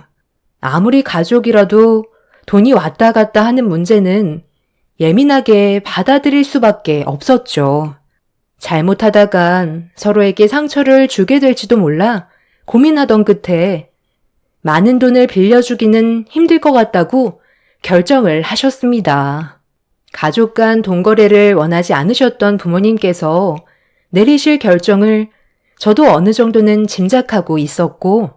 더 큰 문제가 생기기 전에 결정을 내리신 거라 부모님이 현명하게 판단하신 거라고 생각했었죠. 그런데 저희 가족 입장을 이해해 주는 게 아닌 시부모님과 남편은 불만이 한가득이었고 받아들이지 못하겠다고 저희 집에 찾아오셨습니다. 그리곤 상처되는 말을 늘어 놓으셨죠. 내가 너한테 돈 빌려달라고 하는 것도 얼마나 자존심 상하는지 아니? 그래도 잘 먹고 잘 살아보겠다고 도와달라고 한 건데 어쩜 바로 거절을 할 수가 있니? 어머님, 뭔가 오해가 있으신 것 같은데요. 저희 부모님께서 돈 문제로 관계가 껄끄러워질까봐 거절을 하신 거였어요. 가족 간의 돈거래는 신중해야 되잖아요. 적은 금액도 아닌데 나중에 문제라도 생기면 어떡해요. 그쪽 상가가 좋은 건 알겠지만 지금 가지고 계신 자금으로 할 수 있는 곳에서 시작하는 게 어떻겠어요? 요즘은 맘만 좋다면 멀리에서라도 찾아오잖아요. 너무 서운해하지 마시고 이해를 해주셨으면 좋겠어요. 저희 부모님이 아버님, 어머님 많이 힘드실 때 모른 척 한 것도 아니고 도와주셨잖아요. 지금 살고 계신 집도 무상으로 제공해드리고 있고요. 이 사람도 가게 오픈하면 열심히 도와준다고 했으니까 노력은 배신을 하지 않으니 분명 좋은 결과가 올 수 있을 거예요. 저희 기분 전환이라도 좀 할 겸 밖에 나가서 외식이라도 할까요? 어머님, 이대로 그냥 가시게요? 시부모님께서는 얼굴이 굳어지셔서는 더는 대화할 필요가 없다고 생각하셨는지 자리에서 일어나 집으로 돌아가셨어요. 서운하게 생각하실 것 같았지만 너무 크게 상처를 받으신 것 같아 저 또한 마음이 좋지는 않았어요. 시부모님께선 뒤도 안 돌아보고 밖으로 나가시자 남편이 그 모습을 보곤 마음이 안 좋았는지 저에게 불만을 털어놓기 시작했는데 감정이 격해졌는지 저에게 막말을 퍼부었고 너무 큰 상처를 받은 저도 서운함을 표현했어요. 돈도 많은 집안이 그거 얼마나 된다고? 꼭 그렇게까지 거절을 했어야만 해? 우리 부모님은 당신한테 부탁하는 게 쉬웠는 줄 알아? 내가 그동안 당신한테 얼마나 잘했어?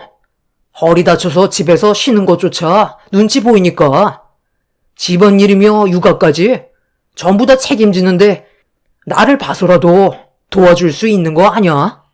당신이 강하게 밀어붙이면 장인어른이 안 도와주겠냐고. 진짜 너무 실망했다고. 이런 거 보면 꼭 있는 사람들이 더 하다니까. 나 오늘 안 들어올 거니까 그런 줄 알아. 당신 방금 뭐라고 그랬어?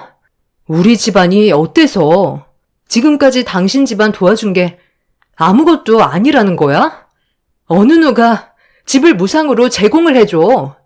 그리고 당신이 다쳤을 때 내가 단 한 번이라도 불만을 얘기한 적 있었어? 당신이 허리 다쳐서 아무것도 하지 못할 때 나 혼자 애 보고 집안일 하는 게 쉬웠는 줄 알아? 다른 여자였으면 벌써 때려치우고 이혼했을 거라고. 나는 지금도 당신이 알아서 해주길 기다리고 있잖아. 괜히 돈 빌려줬다가 오히려 양가 집안에 안 좋은 감정이 생길까봐 아빠는 그게 걱정돼서 거절을 하신 거야. 그리고 꽈배기 만드는 거 아직 단 한 번도 해보신 적도 없으시다며. 마음이 급하시니까 아버님이 나한테 거짓말까지 하셨잖아. 내가 이 말까진 안 하려 했는데 얼마 전에 우리 엄마가 반찬 좀 가져다 드리라고 해서 잠깐 들린 적이 있었는데 그때 내가 뭘 목격했는지 알아? 아버님이랑 어머님이 꽈배기를 사가지고 걸어오시면서 드시고 계시더라. 두 분이서 하나씩 드시고 계시는데 어머님이 일단 가게부터 오픈하는 게 급하다면서 일은 나중에 배워도 된다고 사가지고 온 꽈배기를 나한테 주면 될 것 같다는 말을 하셨어.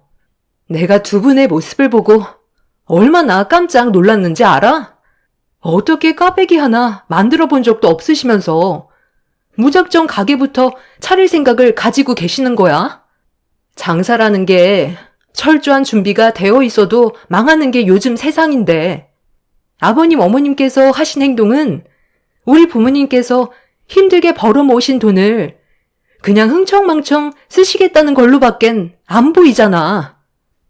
우리 부모님이 오죽 급했으면 그러기까지 했겠소. 그쪽이 위치가 좋고 이번이 좋은 기회인 것 같아서 그런 거지. 어떻게 당신은 조금도 이해해 주려 하지 않는 거야? 내가 당신 집안 이해하지 않았으면 벌써 갈라섰어. 그동안 내가 말을 안 해서 그렇지 얼마나 많이 쌓여 있었는지 알아? 우리는 계속 베풀기만 하는데 당신이랑 시부모님께서는 항상 어떻게 하면 돈을 뜯어갈 수 있을지 고민만 하고 있잖아. 내 말이 틀려? 지금 상황을 봐봐. 땡전 한 푼 없이 우리 가족들에게 기생충처럼 얹혀 살고만 있으면서 돈만 축내고 있는 거 아니야? 나 요즘 정말 많이 힘들거든? 그러니까 웬만하면 일 크게 만들지 말고 당신이 가서 좋게 설명드린 뒤 마무리하고 와. 나도 정말 많이 참았거든? 집안의 가장 역할을 제대로 하지 않는데도 같이 사는 건 사랑이 때문이라고. 그리고 당신도 이제 일자리 알아봐. 집안의 가장이 허리 아프다는 핑계로 언제까지 쉬고만 있을 건데? 당신 부모님 꽈배기 가게 차려주고 싶으면 밖에 나가서 열심히 돈 벌어 해드리면 되잖아. 남편은 저에게 더 이상 할 말이 없었는지 아무 말도 하지 않고 밖으로 나가 버렸어요. 저도 최대한 좋게 풀어가려 했었는데 저희 가족에 대해 함부로 말한 남편과 시부모님의 행동에 너무 큰 실망을 하게 되었죠. 결국 그날 이후 시부모님은 대출을 받으셨고 원하시는 가게를 무리하게 오픈하셨어요.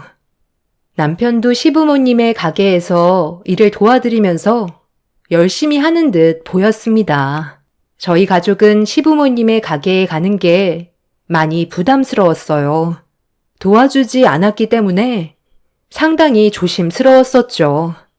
아빠는 그래도 가게를 오픈했는데 가봐야 하지 않겠냐며 장사가 잘 되고 확실히 가능성이 보인다면 그때 도와줘도 늦지 않는다고 상황을 지켜보기로 하셨어요.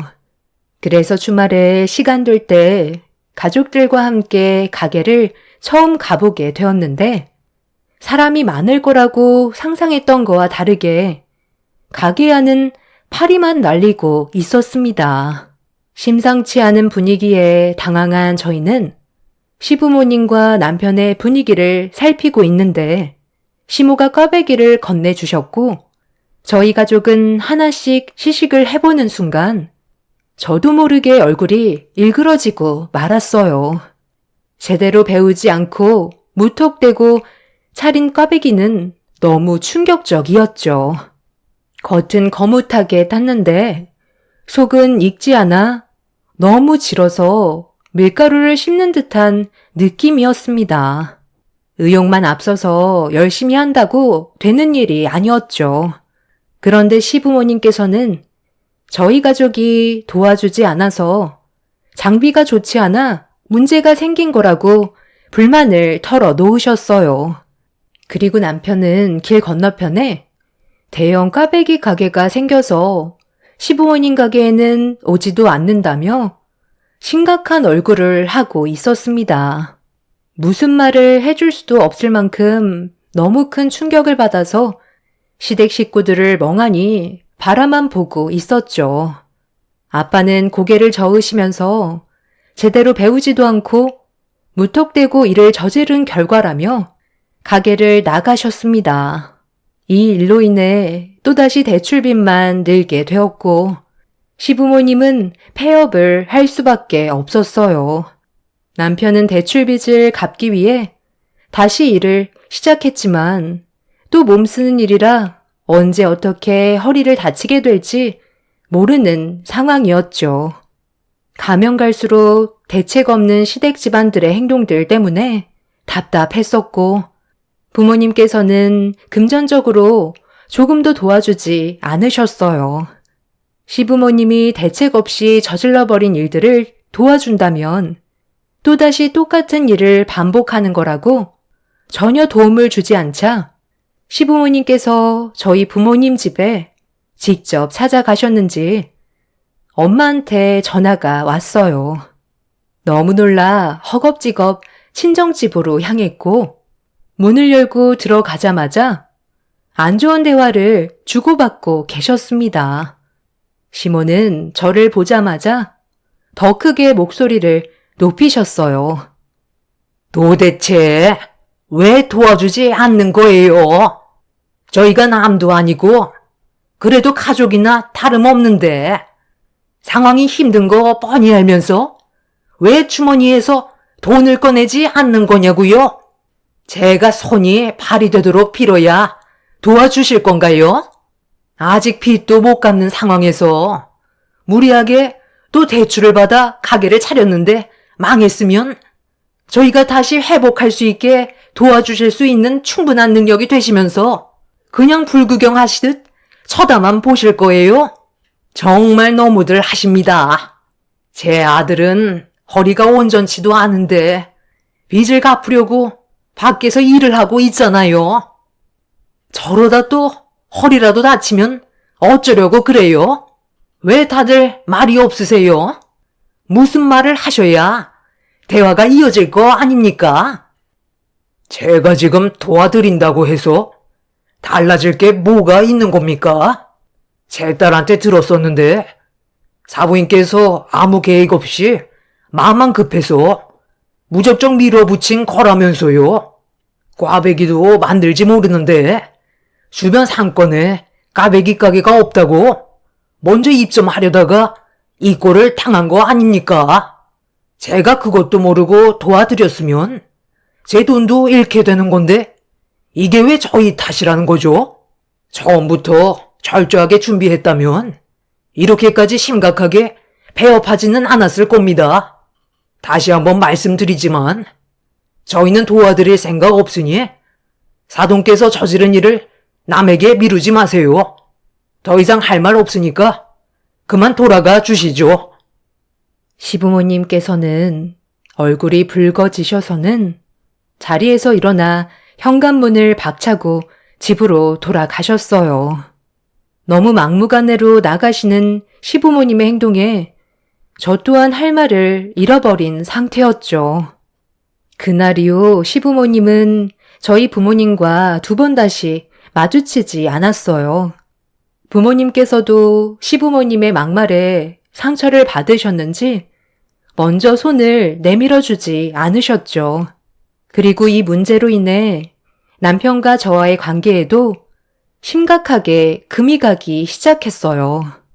말하는 것도 거침이 없었고 애가 보는 앞에서 저를 함부로 대하는 남편의 행동에 점점 지쳐가고만 있었습니다.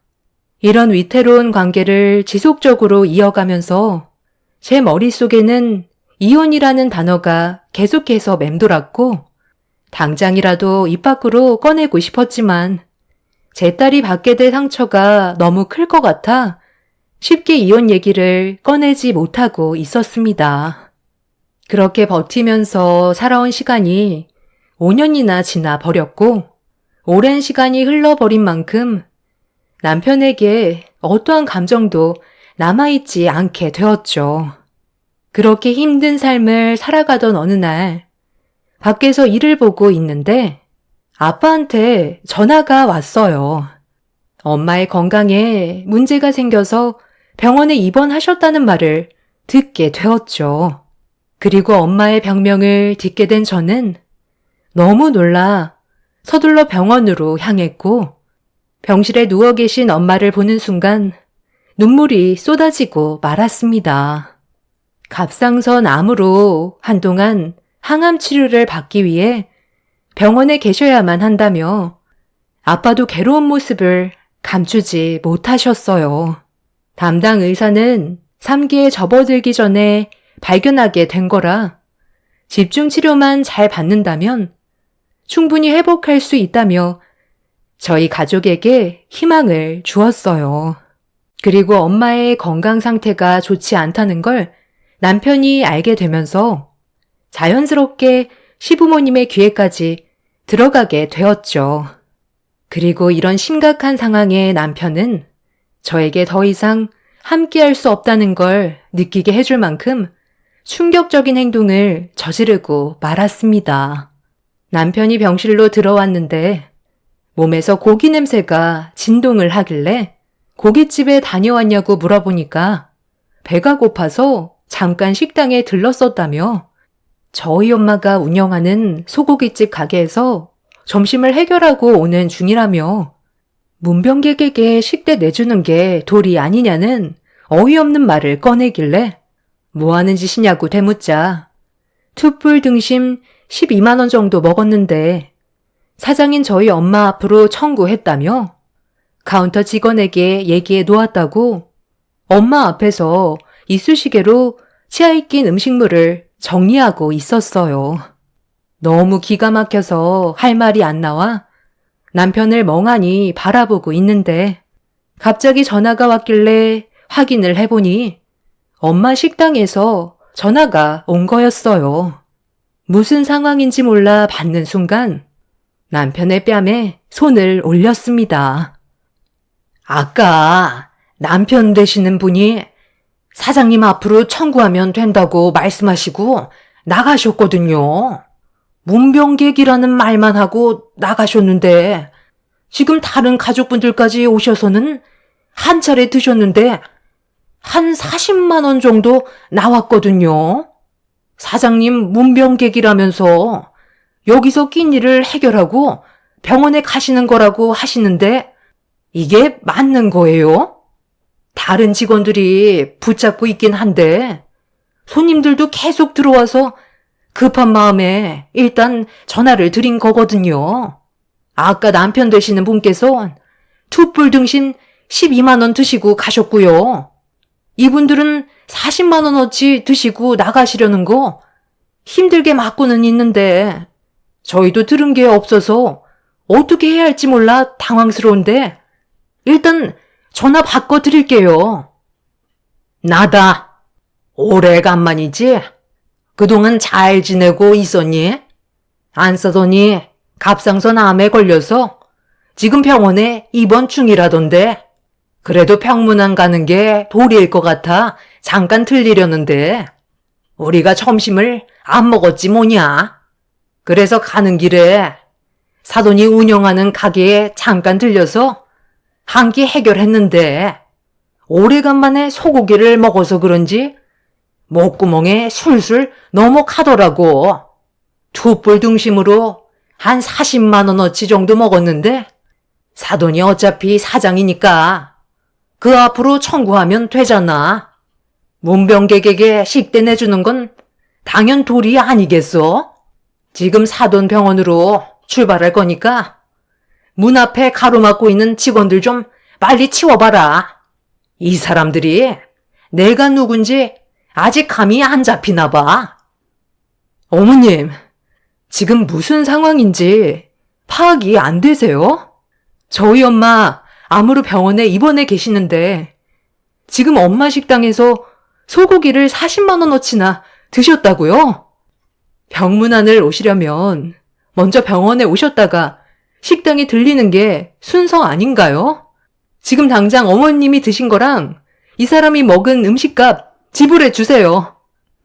어머, 내가 왜 지불해야 되는데? 우리 아들이 이렇게 해도 된다고 해서 나는 내 아들의 말을 따른 것밖엔 없는데 할 말이 있으면 내 아들한테 해라. 그리고 너는 문병객 대우를 이런 식으로 하니? 기분 나빠서 병문안 갈 생각도 싹 사라졌으니까 내 아들이 한 걸로 퉁치도록 하자. 그럼 이만 끊으마. 그러니까 그냥 좋게 넘어가면 되잖아. 이런 일로 오래간만에 우리 부모님 배에 기름칠 좀 해주고 싶어서 그랬던 건데 꼭 그렇게까지 모질게 말을 했어야 돼? 당신은 지금 우리 집안을 완전히 무시하는 행동을 저지른 거 알아? 그동안 우리 엄마 식당에 들어오지도 못하다가 입원하시니까 문병객 핑계로 일을 이렇게까지 만들어? 순서가 잘못됐다고 생각하지 않아? 먼저 병문안을 오시고 좋게 대화를 풀어나간 뒤 식당에 가셔서 식사를 하시는 게 순서 아니냐고.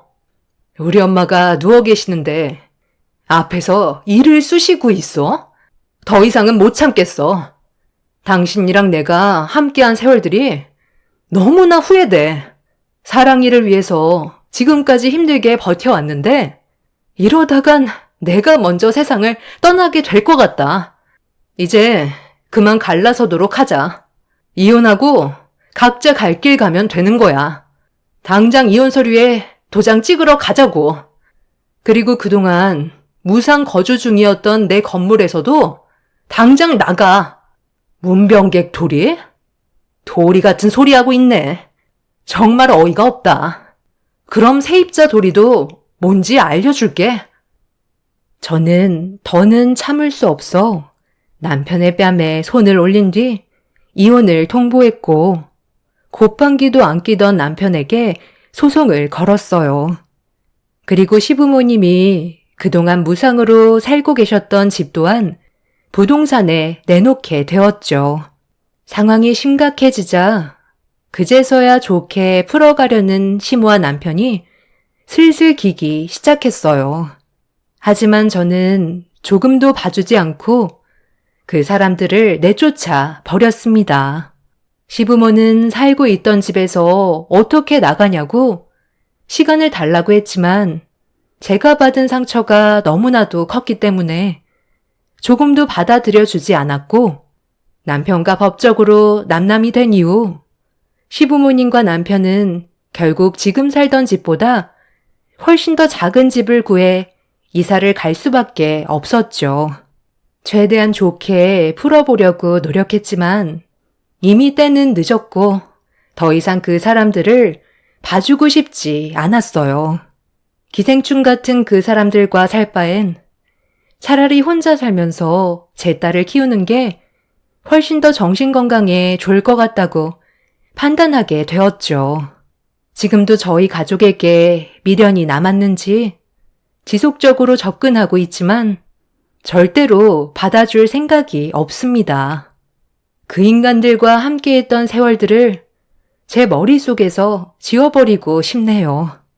다시 되돌릴 수 있다고 남편은 재결합하자고 말 같지도 않은 소리를 하고 있지만 힘들게 빠져나온 만큼 제 눈에 흙이 들어와도 받아줄 생각은 조금도 없습니다.